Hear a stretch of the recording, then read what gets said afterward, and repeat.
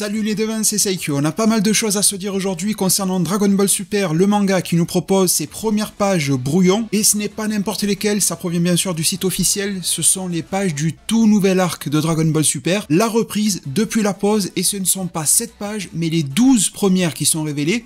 Donc 12 sur environ 40-45 comme d'habitude, le titre du chapitre, les traductions à l'intérieur de ces pages et bien sûr les visuels qui vont avec. Vous allez voir qu'à ce sujet, il y a pas mal de petits détails qui n'ont pas forcément été remarqués ailleurs, que je vais tenter de mettre modestement en avant durant cette vidéo pour y voir plus clair sur ce nouvel arc, centré sur les héritiers de Goku et Vegeta. En parlant de dignes héritiers, si jamais en avoir un aux allures de démon légendaire faisait partie de vos plans cette fin d'année, eh bien vos désirs vont prendre forme dans le nouveau jeu vidéo gratuit, au visuel soigné en 3D, et facilement jouable en vertical sur iOS et Android, Bloodline Heroes of Litas. Vous connaissez les RPG à ambiance Heroic Fantasy basés sur la collection de champions, mais qu'en est-il lorsque ces lignées se croisent? Démons, héritiers du dragon, semi-divinités sont à rassembler et également à croiser. Par-dessus tout, trouver l'âme sœur pour établir un réel empire. Mais le chemin ne sera pas aisé. Au détour de l'exploration de Litas, de la création de votre propre économie, des choix multiples à prendre concernant vos héritiers, le royaume est menacé. Les ténèbres du passé entament leur retour tandis que la déesse de la lumière faiblit. L'occasion parfaite de lever le voile sur des mystères enfouis mais aussi de partir à l'assaut dans des raids. Pour vous le procurer, rien de plus simple, un QR code se trouve à votre disposition à l'écran, il est à scanner avec votre mobile ou tablette ou bien d'utiliser le lien qui se trouve en description et en commentaire épinglé juste au-dessous de cette vidéo. Pour Noël, les cadeaux vont pleuvoir, chaque joueur aura un pack de démarrage d'une valeur de 20 € qui contient 3 potions d'endurance, 100 000 d'or et 100 diamants. La générosité étant sans fin en Litas, vous aurez aussi un champion Lycan gratuit, leurs brutal clans faisant leur entrée dans le jeu via une mise à jour, et la déferlante de nouveautés ne s'arrête pas là avec le nouveau mode de guerre de guilde et l'apport des hybrides légendaires. Pour la première saison, c'est à Scarlet de s'illustrer, combinaison de semi-divinités vampires pouvant être réclamées en combattant dans la vallée des conquérants. Un grand merci à God Games qui sponsorise cette vidéo et à vous qui irez arpenter ces féeriques contrées. On va aussi se parler du retour de Sandland, le fameux one-shot de Toriyama qui reçoit un tout nouveau projet, et je vais tout d'abord commencer cette vidéo avec quelques mots sur cette fameuse web-série Dragon Ball, l'avenir en animation, etc. pour recadrer à nouveau, ça sera vraiment pas la première fois que je le fais sur la chaîne, tout ce qui est concernant les leaks et la fameuse date d'annonce. Vidéo qui d'ailleurs dispose d'un sommaire, donc si vous n'êtes pas touché par l'un ou l'autre des sujets, n'hésitez pas à la naviguer à votre guise. Le sommaire est disponible à la fois en barre de lecture et en description si pour je ne sais quelle raison ça ne fonctionnerait pas. Je l'ai déjà dit à plusieurs reprises, je le redis encore ici, même si j'ai vraiment beaucoup d'infos sur ce qui arrive en animé sur Dragon Ball, je n'ai, à cette date du 14 décembre 2022, toujours pas sa date d'annonce. Toujours quelques petits échos par-ci par-là, rien que je ne puisse confirmer, donc c'est pour ça que de mes propres sources sur cette chaîne YouTube, vous n'avez jamais entendu parler de date d'annonce. Autre chose, je vous avais mis sur la piste ces derniers jours de grandement vous méfier des leaks, de grandement vous méfier de à qui vous pouviez apporter de la force, etc. Et il y a déjà un masque qui vient de tomber. C'est celui du fameux compte Twitter DBS 2019. Vous aurez remarqué qu'en plusieurs années, je ne l'ai quasiment jamais cité. Bien sûr, quand il s'était lancé à l'époque, il y a plusieurs années, je lui avais attribué mon attention, mais au fil des années, j'ai compris à comprendre que ce mec est une pure fraude. Je l'avais à l'œil depuis pas mal d'années, je vous avoue que j'avais quelques indices sur son identité, mais il y a une semaine ou deux à peu près, j'ai pu savoir qui se cache derrière ce compte-là. Alors non, ce n'est pas quelqu'un que vous connaissez, ce n'est pas un autre leaker connu, ce n'est pas quelqu'un qui a un compte très connu qui essaye de faire quelque chose d'autre à côté pour troller un petit peu. Alors, avant que je ne rentre dans plus de détails, première chose très importante, mais je vous connais et je vous fais confiance, n'allez absolument pas l'insulter, même lui adresser la parole, on s'en fout. Bien loin de nous toute forme d'harcèlement ou d'invective. Cependant, c'est un compte qui prend de l'ampleur et qui vous raconte volontairement, et c'est là où ça me dérange, des conneries. Parce que l'erreur arrive à tout le monde, à chacun d'entre vous et à moi aussi, et ça, on arrive tous à se le pardonner sans souci. Par contre, lorsque quelqu'un persiste pendant des années à nous prendre pour des cons, c'est pas la même histoire. Et si ça touche à Dragon Ball, je suis obligé de le mettre en lumière. Si je le cite et si je le fais, c'est parce que lui-même a finalement décidé par mettre cela en lumière. Alors il a fait une sorte de double tweet que je vous affiche, dans lesquels il a pas mal enrobé les choses. Bon, malgré tout, il dit qu'il s'est trompé, il présente ses excuses, à vous ou non de les accepter. Moi, je suis juste indifférent, je vais le bloquer et arrêter de le calculer. Mais en gros, il dit que ce qu'il avait annoncé concernant sa fameuse date d'annonce pour la nouvelle web-série Dragon Ball qui se ferait début décembre, eh bien c'était du pipeau, qu'il n'en savait rien, qu'il s'est trompé, et tout ce genre de choses que vous voyez affichées à l'écran. Sauf que j'ai beaucoup plus de background sur cette personne-là, j'ai son autre identité sur les réseaux, j'ai son passif, je sais que s'il fait tout cela sur Twitter, c'est une sorte de vengeance par rapport à un certain groupe. Vous aurez remarqué qu'il a terminé son tweet en écrivant très mal « C'est la vie, baguette, c'est une référence pour les Français ». Il a mis également son compte Twitter en localisation France. Tout cela, je ne rentrerai pas dans les détails, mais ça a une explication. Tout ce qu'il a fait sur les réseaux part d'une simple envie de vengeance, peut-être aussi de troll, vis-à-vis de certaines personnes, peut-être qu'il admirait de base, il s'est senti frustré, on dirait l'histoire d'un méchant shonen, mais ça reste très enfantin, des enfantillages vraiment de bas étage. Il n'a d'ailleurs pas hésité à renommer son compte Twitter en DBS 2023 au lieu de 2019, bon, ça le décrédibilise encore un petit peu plus. Dans sa biographie Twitter, il a écrit également qu'il est désormais parfois pertinent, parfois précis au niveau de ses annonces, ça veut dire à la limite que c'est du 50-50 quand il parle. Bon bref, le troll est de plus en plus avéré et je peux vous garantir que j'ai les éléments visuels en ma possession qui viennent appuyer très fortement mes propos. Donc c'est un compte Twitter tout simplement à ne plus calculer qui ne vous apportera aucune bonne information. Et si jamais il le fait comme il a pu se faire remarquer récemment avec l'animé Sandland dont on va discuter, c'est simplement parce qu'il a grappillé à l'un de ses contacts, histoire de se mettre en valeur et de faire croire qu'il pourrait avoir d'autres infos. C'est du pipeau, c'est du vent, on met de côté, on n'en parle plus. Cette date d'annonce, je reste donc toujours sur mes appuis, à savoir que je ne l'ai pas, que aucun de mes contacts extrêmement bien placés n'est en mesure de me le communiquer, que je n'attends rien de particulier de la Jump Festa, qu'il pourrait y avoir quelque chose en cette fin de semaine, mais en fait je suis vraiment comme tout le monde, je ne sais pas ce que cette Jump Festa va nous révéler. En matière de liqueur, je pense vraiment que le plus malsain est tombé. Malgré tout, ça ne veut pas dire que tout ce qui reste est parfait. Il y a plein d'erreurs qui sont commises à côté, mais comme je vous disais l'autre jour, ça relève plus du manque de maturité, du manque de professionnalisme aussi, parce qu'une information, c'est bien de la recevoir, mais il faut la confirmer 1, 2, 3, 4, 5, même 10 fois s'il le faut, et ce n'est pas souvent fait, je le vois également de mes propres yeux. Donc voilà, il y a des gens qui peuvent avoir des informations, mais qui maladroitement en rajoutent, embellissent, inventent, prennent des risques, etc. Continuez à valoriser un faisceau d'informations. Comme je le dis toujours, ne restez pas que sur ma chaîne à chercher des infos.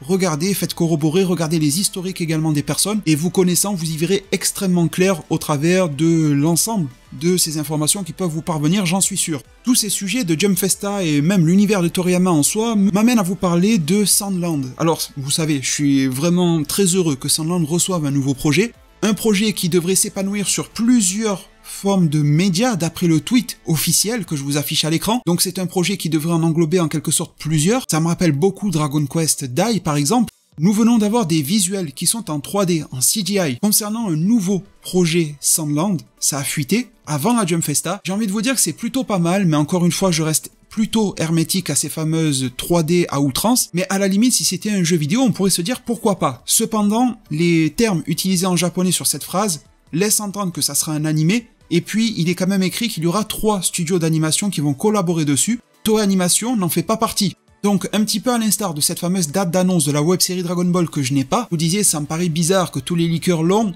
et moi je l'ai pas. Je sais pas que je voulais avoir la grosse tête, mais quand même, ça me paraissait un petit peu chelou. Et bien, un petit peu pareil. Pour Sandland, je vous disais, écoutez, moi, des retours que j'en ai, j'ai l'impression que rien ne se trame du côté de Toei Animation par rapport à Sandland. Eh bien, c'est chose confirmée. Ce n'est pas Toei Animation qui récupère ce projet-là. Si vous voulez, c'est un petit peu à l'image de Blue Dragon, Chara Design d'Akira Toriyama, mais l'animé était fait par Studio Pierrot, ceux qui font Bleach. Et nous avions eu d'ailleurs aussi un jeu vidéo qui était de très très bonne facture. Les studios d'animation qui sont sur le projet sont Sunrise, Anima Production Studio et Kamikaze Douga. Ça parle ici de Douga, donc d'In Between, on est clairement dans de l'animation, ça sent l'animé, et divers liqueurs parle également de web-série pour ce Sandland. Alors nous n'avons aucun détail supplémentaire parce que Sandland ça reste quand même qu'un seul tome, un one-shot. On le voit d'ailleurs affiché à l'écran en bas à gauche. Est-ce qu'ils vont démultiplier les histoires liées à Sandland, amplifier l'univers et le lore? Vont-ils collaborer avec Toriyama pour cela? Tout cela est un mystère aussi bien pour vous que pour moi. C'est plutôt cool, mais il faut se rappeler que le premier teasing initial a été fait par Bandai Namco. Si je me trompe pas, le teaser trailer de Sandland a été diffusé au Video Games Award. Il y a tout qui nous laisse penser qu'il y a aussi un jeu vidéo. Ça s'appelle bien le projet Sandland, donc ça doit englober plusieurs choses. Ça ne serait pas du tout étonnant de voir cohabiter un jeu vidéo et un nouvel animé. D'ailleurs, j'aimerais aussi rebondir sur ça, on entend souvent que Toriyama est là pour le chèque ou je ne sais quoi. Alors, je ne sais pas à quel point il est impliqué dans Sandland, mais franchement, trouvez-vous que investir et s'investir dans Sandland, c'est chercher le pognon à tout prix? Sandland, c'est un petit one-shot qui s'est vendu modestement, il n'a pas eu un succès fou, hormis chez les fans de la première heure de Toriyama. Il y a énormément de fans de Dragon Ball qui ne connaissent même pas Sandland, c'est à ce jour pas du tout une licence sur laquelle capitaliser, et pourtant ils le font. Alors vous me direz, d'ailleurs j'ai un ami qui m'a dit ça serait intéressant si Dragon Ball à l'avenir se tournait du côté des démons et des Makaioshin, vu que dans Sandland le héros s'appelle Belzebub et il est le fils d'un démon, et le prince d'ailleurs de ce royaume-là. Est-ce qu'on pourrait pas faire un petit peu corroborer les univers, le monde de Toriyama, comme vous le savez tous? Bon, Pourquoi pas, ça pourrait être une faille marketing, mais là, en l'état, voir Sandland arriver avec un si gros projet, plus gros que Dragon Ball pour le moment, hein, Dragon Ball,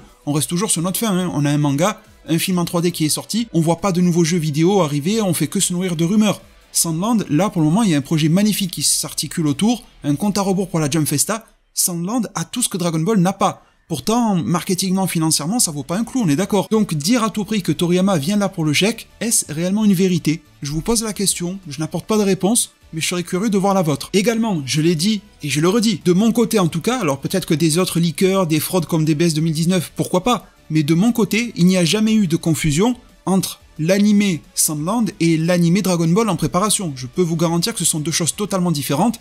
D'ailleurs, vous l'avez vu, Sandland c'est 3 autres studios d'animation, aucune manteau animation. À aucun moment, je peux vous le garantir, alors pas les yeux dans les yeux parce que je ne fais pas de facecam, mais de ma voix à vos oreilles, je peux vous garantir que à aucun instant je n'ai frissonné en entendant le fait qu'une web série Sandland arrivait. Rien, absolument rien à voir avec le nouveau projet Dragon Ball. Vous aurez bien votre Dragon Ball en animé, et les fans de la première de Toriyama, également du Sandland, ou les plus curieux qui voudraient découvrir un petit peu plus amplement ce qu'il a à proposer. Enfin, clôturons sur le chapitre 88 de Dragon Ball Super sur son nouvel arc. Nous avons tout d'abord une page de magazine prise dans une qualité de photo absolument exécrable qui nous en montre un petit peu plus. Il y a une sorte de preview qui revient sur des termes que nous connaissons déjà sur l'arc super-héros, l'après-quel, etc. Je pense que vous êtes tous passés sur les vidéos précédentes sur la chaîne et je vous en remercie déjà. Des liens vous attendront en description si ce n'est pas le cas. Rien de bien nouveau si ce n'est que DBS Hype sur sa page Twitter nous fait quand même part du fait que nous avons des cases brouillons qui sont supplémentaires. L'une sur a priori Goten qui regarde un petit peu son accoutrement, sa montre, etc. qui semble l'aider à se transformer en super-héros. Et de l'autre côté, nous y voyons ce qui m'apparaît comme étant Bulma. Rien de bien fameux de ce côté-là, mais le site officiel de Dragon Ball est venu nous régaler. 12 pages dans leur version ébauche, ça nous est traduit en anglais par Herms98, avec Herms par contre, vous savez que c'est toujours du sûr, et ramené en français par les amis que je salue du site Dragon Ball Super-France.fr. Le titre de ce premier chapitre du nouvel arc de Dragon Ball Super qui commence officiellement ce 20 décembre 2022, mais attendez-vous à plus d'informations avant cela, est la naissance des super-héros. Dans le précédent chapitre, nous dit-on, Goku et Vegeta ont combattu Gas, se sont fait battre par Black Freezer et sont retournés sur la planète de Beerus pour continuer leur entraînement afin de vaincre Freezer. Pendant ce temps, sur Terre, Saiyaman X1 et Saiyaman X2 se présentent. Ils sont là pour nettoyer le mal de ce monde et se nomment eux-mêmes les Clean Up Heroes.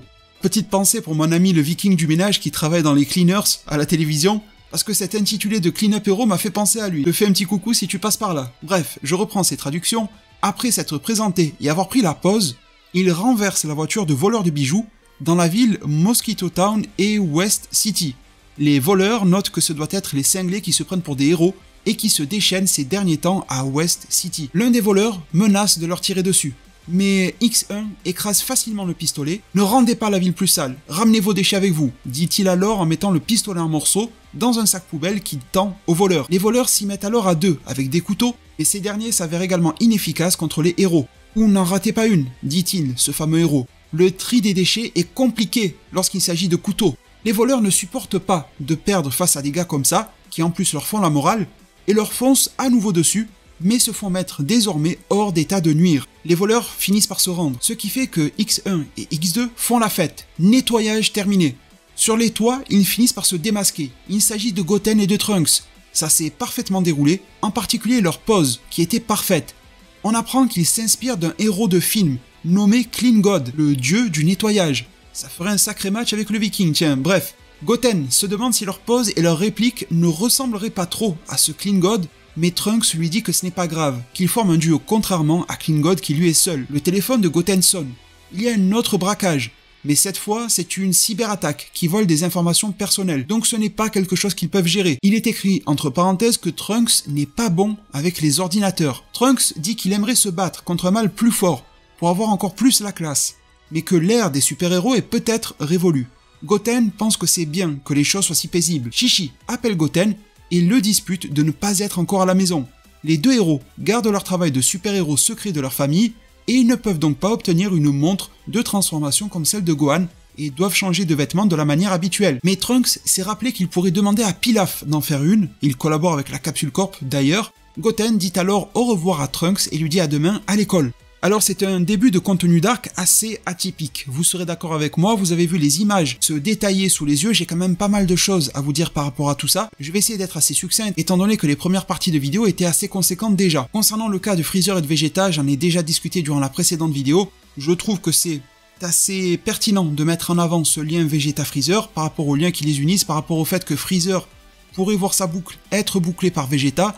Un abonné à plusieurs reprises m'a signalé le fait que ça pourrait être Vegeta qui accaille Freezer un jour. Pourquoi pas, ça ferait sens. En tout cas, lorsque l'on passe sur Terre, je tiens à vous signaler que sur les visuels, celui-ci en particulier, on y voit beaucoup de choses. On y voit le Dr Edo. Alors si vous aviez suivi, et je vous en remercie encore, mes vidéos sur ce nouvel arc, vous vous rappellerez que je vous avais parlé de cette fameuse image dans le film Super Héros, dans laquelle on savait que le Dr Edo avait fait quelques braquages, etc., quelques larcins à l'aide d'espèces d'êtres zombifiés, des espèces de cyborgs zombies qu'il avait envoyés dans des supérettes et qu'il s'était fait arrêter. Et bien là, on voit le Dr Edo, et en bas à gauche, on y voit des êtres zombifiés. J'avais également théorisé sur le fait que le Dr Edo étant fan de super-héros, on avait vu dans le film qu'il y a des super-héros préexistants qui ressemblent à Gamma, plus le fait que Goten et Trunks pourraient être ceux qui font tomber ces zombies, pourrait le mener par la suite à créer deux Gamma qui ressembleraient aux Gamma qu'il adore et qui auraient les chiffres 1 et 2 en référence à Goten qui eux-mêmes les ont sur leur ceinture. L'arc n'a même pas commencé que je pense que l'on a déjà résolu l'un de ses plus gros mystères. Également, j'aimerais faire du lien avec Gamma et le X. Le X, ça peut faire du lien. Gamma, c'est une lettre en alphabet grec. X l'est également. Mais en mathématiques, nous avons aussi la fonction gamma, qui est représentée par la lettre grecque gamma qui se trouve sur les boucles de ceinture de gamma 1 et 2. Et cette fonction gamma inclut également X. On pourrait comprendre que les gammas ont été donc construits sur la base symbolique de Goten et Trunks en partie. Je tiens aussi à rappeler que nous avons les rayons gamma et les rayons X. Je pense que ça nous donne un certain grain à moudre par rapport à la conception de ces personnages. Je remarquerai également que sur ces visuels, sur la partie droite, nous avons ce qui s'apparente à Mai, qui est devenue la femme de Trunks dans le futur, dans la timeline future de Mirai Trunks, et dans le présent il y avait un certain lien entre les deux. On peut se dire que les deux vont continuer de copiner d'une manière ou d'une autre, et en plus c'est intéressant, elle est vêtue comme l'une de ses descendantes, l'une de ses petites fillottes, comme on dirait dans les visiteurs, dans le jeu Dragon Ball Online, qui avait été fortement chapeauté par Akira Toriyama. Je vous ferai remarquer aussi, ça c'est assez étrange, au niveau des visuels, il y a beaucoup de fois où ça ressemble beaucoup plus à de la BD franco-belge, à des comics. C'est peut-être normal, vu le style super-héroïque qui est donné à l'arc. Mais je remarque aussi qu'il y a plusieurs phases où les brouillons de Toyotaru sont beaucoup plus primitifs et primaires que d'habitude. Alors, ont-ils volontairement donné une version encore plus préalable que d'habitude? Là, vous le voyez bien, regardez-moi ce gros crâne de Trunks. Ou bien, est-ce que l'on nous a un petit peu pipoté sur la fameuse pause, vous savez, plusieurs mois pour préparer l'entre-deux arcs, chapitre 87-88, déjà on avait du mal à comprendre comment ça pouvait demander autant de temps pour préparer un nouvel arc qui serait juste une préquelle au film super-héros déjà connu. Mais quand je vois l'état des brouillons, je me pose encore plus de questions. Je remarque d'ailleurs sur cette page-là que Goten part à l'école. Il utilise bien sûr le nuage magique, pourquoi pas, mais on remarquera aussi que l'écusson ne correspond pas à l'école à laquelle se rendait Gohan. Ça ressemble plutôt à l'écusson du jardin d'enfants dans lequel Pan est affilié, dans le film super-héros également. Alors bon, sur la trame principale de ces 12 premières pages, c'est franchement très ressemblant à ce à quoi je m'attendais. Je me demandais s'ils allaient oser les appeler Saiyaman ou pas. J'ai un abonné qui m'a fait la remarque en me disant « Mais attends, Goten se moquait de la gueule de Gohan en Great Saiyaman et maintenant il fait le Saiyaman. C'est pas normal, c'est incohérent avec le personnage. » Eh bien, même si j'ai compris son message, je lui ai répondu que pour moi ce n'est pas un souci. Comment peut-on blâmer un enfant lorsqu'il se rapproche fortement de l'âge adulte de changer de mentalité et de changer sa perception sur le monde? Certes, le costume est ridicule, mais au final, l'usage pour ne pas être reconnu et pouvoir mener une vie tranquille, vivons heureux, vivons cachés, Gohan avait mis le doigt totalement là-dessus et Goten et Trunks le perpétuent. Donc pour moi, il n'y a pas de souci concernant l'écriture de Goten pour le moment. Par contre, cette phrase « Trunks n'est pas bon avec les ordinateurs, donc ils ne vont pas se lancer dans un sujet de cyberattaque », ça me triture l'estomac.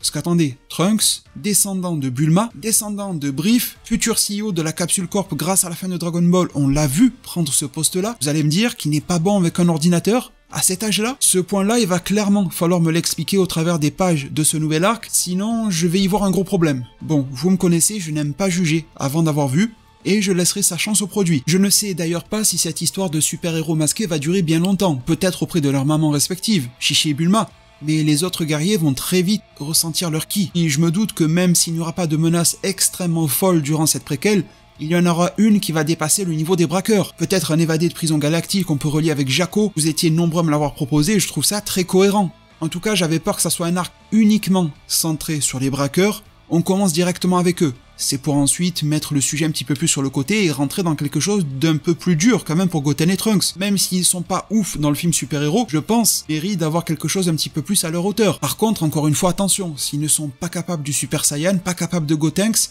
ça va être difficile d'expliquer le film super-héros, à moins que, comme vous me l'avez proposé aussi, le manga remixe le film super-héros et qu'à l'intérieur du combat face à Cell Max, nous ayons Goten et Trunks et Seiji, nous ayons Gotenks réussi, ce genre de choses. Comme on peut se dire aussi que le combat Goku et Vegeta sur la planète de Beerus pourrait être remanié, mais cette fois-ci avec les transformations. À voir si ils vont se permettre ce niveau-là et ce type de liberté sur l'adaptation manga d'un même arc. Ça paraît un petit peu chaud, mais pourquoi pas, tout est possible avec Dragon Ball. En tout cas, j'ai l'impression que sur la mise en scène visuelle, même si pour le moment le découpage a l'air un petit peu lourdeau, il y a quand même quelque chose qui se dégage, il y a des plans, il y a une petite forme de réalisation intéressante de la part de Toyotarou, mais ce surdécoupage vient le gâcher un petit peu. Mais il y a quand même quelques phases où on a cet aspect super héroïque avec Goten et Trunks surplombant des immeubles, la manière dont ils surclassent heureusement leurs adversaires, leur pose à la Great Saiyaman, sauf qu'ici ce sont X1 et X2, vous remarquerez que leurs doigts forment également 1 et 2. Bon, à part cela, le reste me semble plutôt anecdotique pour poser une forme de cadre au tout nouvel arc, ou que quand même faut le faire.